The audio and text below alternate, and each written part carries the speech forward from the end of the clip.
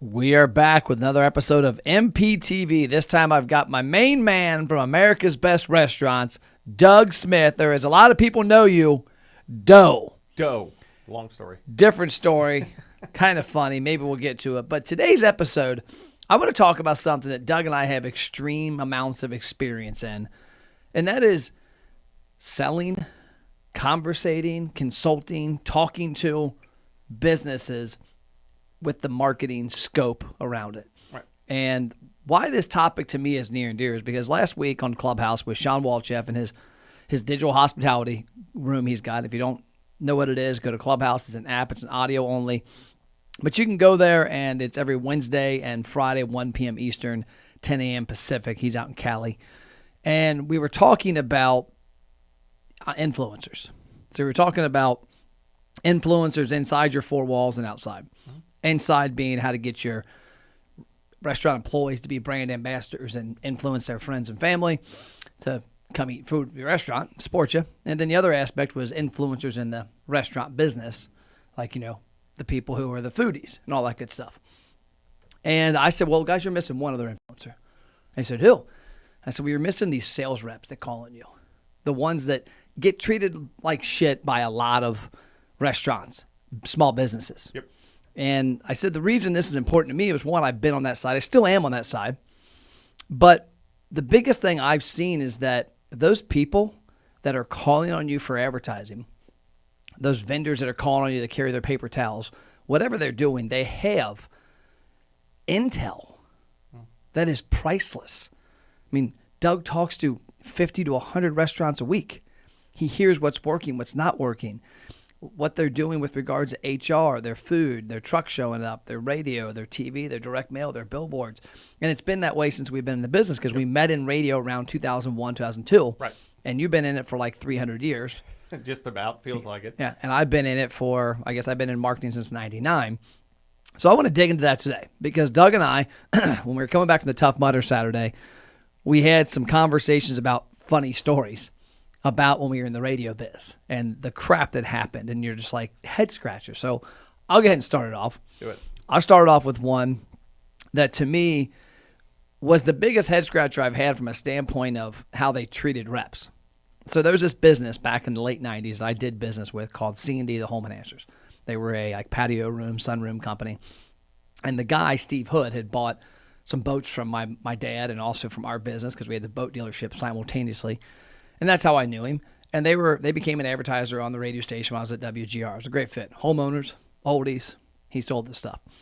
And he, later in my career, 08, 09, when I got out of the business and went into this agency, this company, which is now America's Best Restaurants, I also had a consulting gig with the Reds and Bengals radio network. So I called up there. I started calling the people I had contact with over the years. I called up and they're like, no, Steve died. I'm like, oh, shit, didn't know that. Sorry, I apologize. That's sad to hear. Who took his place or who bought the company? And they gave me a name. He's not here now. Okay, so I would call back every couple of weeks. I'd stop by, ask for a name, never there. So flash forward like probably 4 months, and I'm at lunch with a buddy of mine in the marketing biz, and I mentioned a couple of companies I had been talking to that I think was a good fit for something we had that I had no luck getting hold of. And he's like, oh, I know those guys. Well, who are you dealing with? I told him the name. He's like, I've never heard of that person. And they're a client of mine. Who is this? And they go, oh, funny story. That's the fake name we give to advertising people so that when they call or stop by and they have that name, we know they're trying to sell us something so they don't get through. And he looked at him. He's like, well, I've got a buddy of mine that's been trying to get a hold of you guys for a couple months who's really, really damn good and has some great ideas and would be a very valuable asset to your company if you don't even buy anything, the knowledge he has. But at the same time, he might have something that would fit for your business to grow. Why the hell would you do that? You're stunting your growth by not having those conversations. And they were like, oh, we never thought of that. And it blew me away because here they are this whole time giving out a fake name to people that are calling their business trying to help them. And it's not like the people selling advertising or different vendors are a headache to you. It's your job as an owner. Get the hell out of the day-to-day and work on your business. Mm-hmm. So you had a story. I think it was similar, right? Yeah, mine is an automotive story where after being in radio sales for 20 plus years, I had gone through some really good training when I worked for a radio group up in Dayton, specifically on automotive. And the majority of the reps that I'd worked with, they all focused on the same things or going and trying to sell the new cars or whatever. Well, I knew a lot of the back end stuff. I understood floor plan and when vehicles ran off a floor plan and the dealership started to pay interest and service absorption rate and holdbacks, all these other big ways. Which that nobody else knows. No. And I knew that because the other reps I was sitting around, I would mention stuff and it went way over their head. So I was out visiting a client one day and there was a big auto dealer that wasn't on my specific station. So I'm like, hey, I'm just going to cold call. I'm just going to stop in and go in.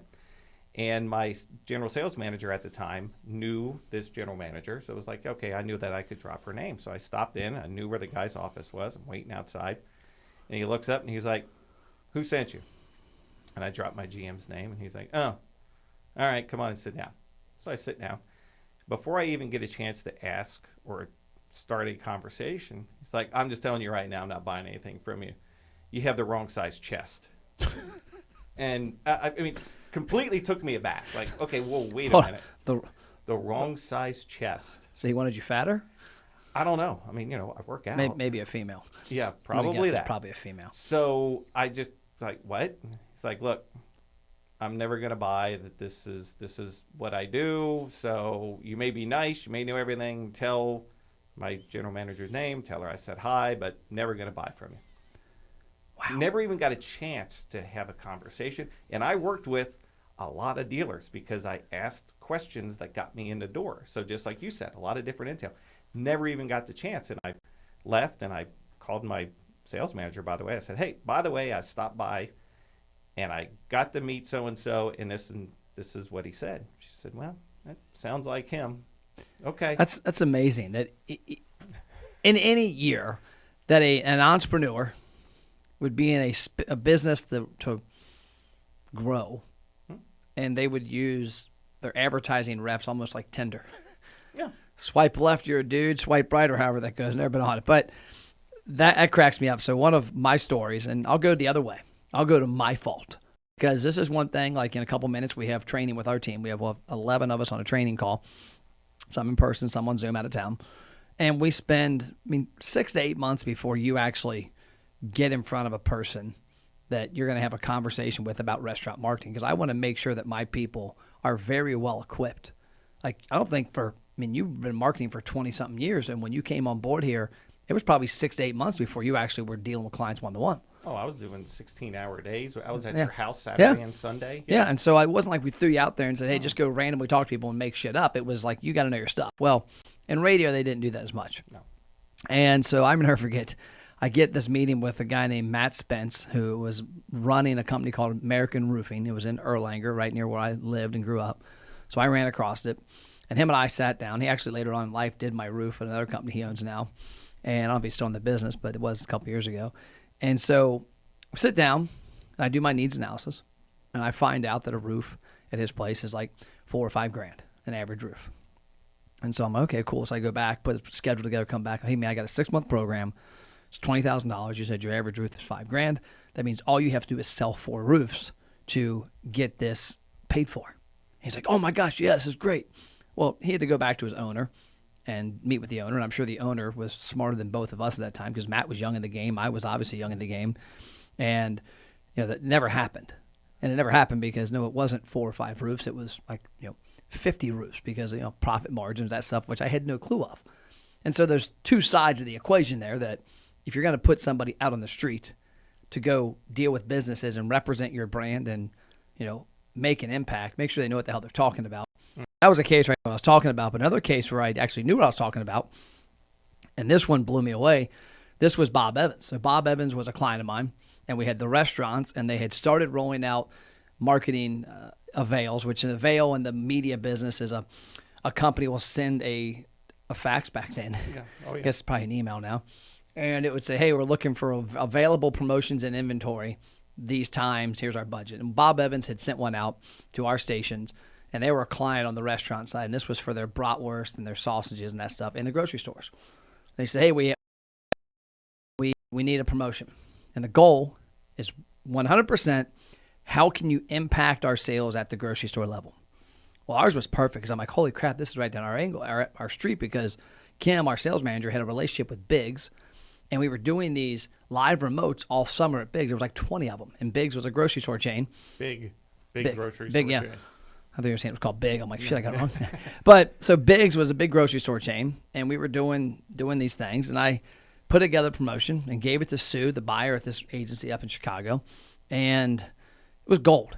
It had all the media they wanted. It had all sorts of great stuff in there, but it also had all of the, we were in front of grocery stores, sampling, handing out coupons.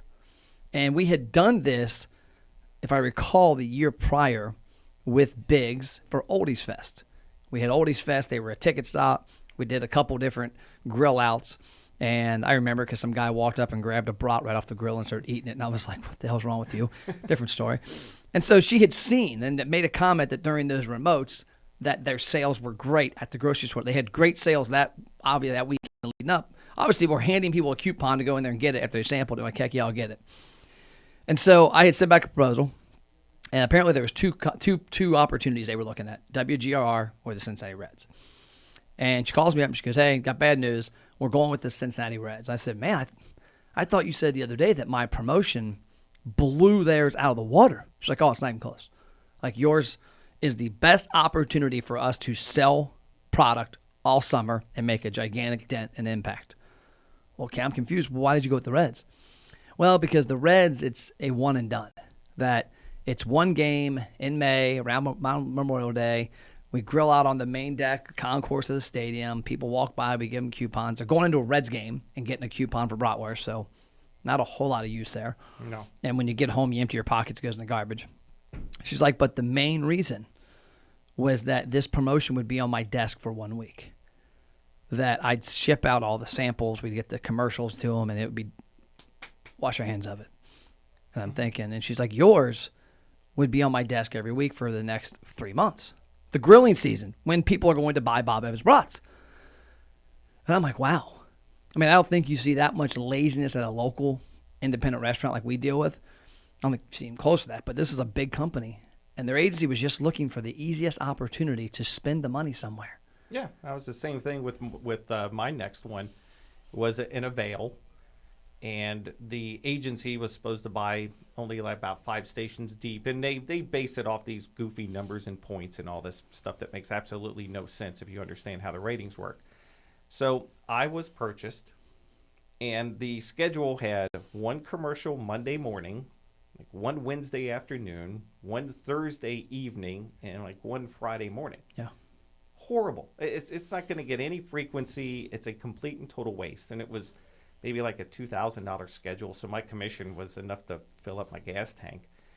And I'm talking to the buyer. I'm like, "What? How many stations deep did you buy?" "Oh, well, we bought 8, and we were able to hit our points and everything." I'm like, so me being me, I'm like, why didn't you just buy maybe 3 stations and actually put a good schedule that is going to provide benefit for the client?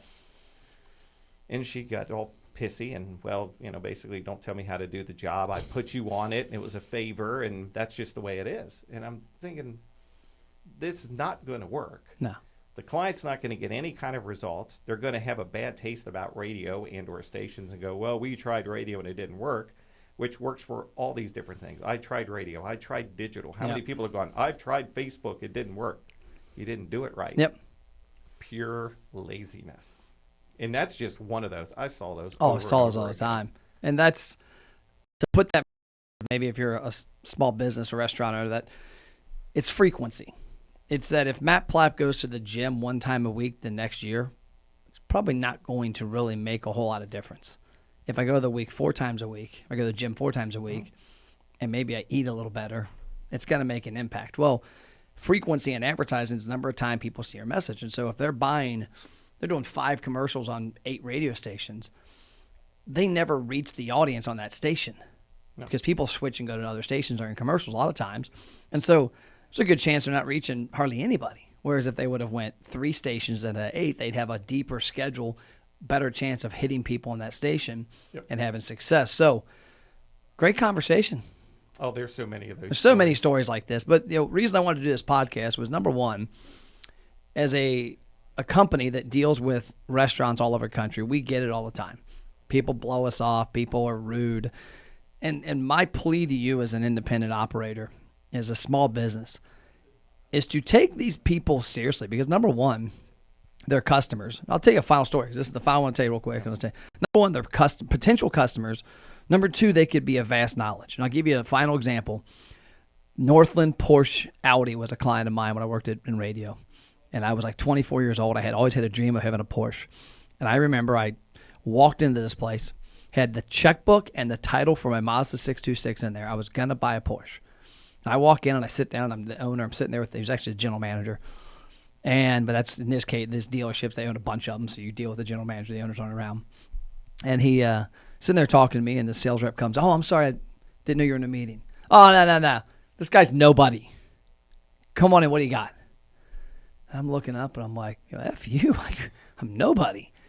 And guess what I didn't buy? I didn't buy a Porsche. I actually ended up buying a Nissan, whatever it was, 300 or 350Z. I think it was 350Z when they had just come out. And Nissan was a client of mine nationally, so I knew it was coming out. I'm like, you know what? I'm not giving that jackass my money. I don't know why I didn't go to another Porsche dealership, but that was where I was going to buy a Porsche. And I still to this day haven't bought a Porsche. So Porsche, you missed out on a potential customer because I've had way too many sports cars since then. Oh, yeah, you have. Like 40-something. But to me, everybody that walks in your business, whether they're handing you a check or handing you a business card, is a potential customer, a potential advocate for your brand. And in the marketing world, a potential upper hand. Because you and I, like, you're not even a social media guy, but I'd be willing to bet you know 100 times more than the average restaurant we deal with. Yeah. I probably know 1,000 times more. Ashley, same way. She's done hundreds of thousands of ads for restaurants. If she were to walk into a restaurant, it would be very wise on their part to have a conversation, to pick her brain. And you know what? I know that 90% of the people we talk to aren't going to spend money with us now. Maybe not next year, maybe the year, but it's a relationship. Yep. And like when somebody, like we had a client canceled the other day, he came a client, there were some things on his end that didn't go well with regards to cash flow and things. And he's like, "I need to cancel for the time being." I'm like, "Hey, you know what? That's fine. I'm actually going to go see him. I'm going to be in Miami next month. I'm going to stop in and see him." Not mad that he's not a client anymore. It wasn't a good fit for him now. Might be in a year, 2 years, 3 years. So people that walk in your stores, vendors, marketing people, they're also a chance to be a great customer, a great advocate for your brand, but more than anything, an upper hand on they're talking to your competitors. They know what's going on, and they can really help you understand. So don't be the sexist car dealership. Don't be C&D home enhancers giving out fake names. And don't be the Porsche dealership calling your reps nobodies. That's all I got. Doug, appreciate it. MPTV, we'll see you next episode.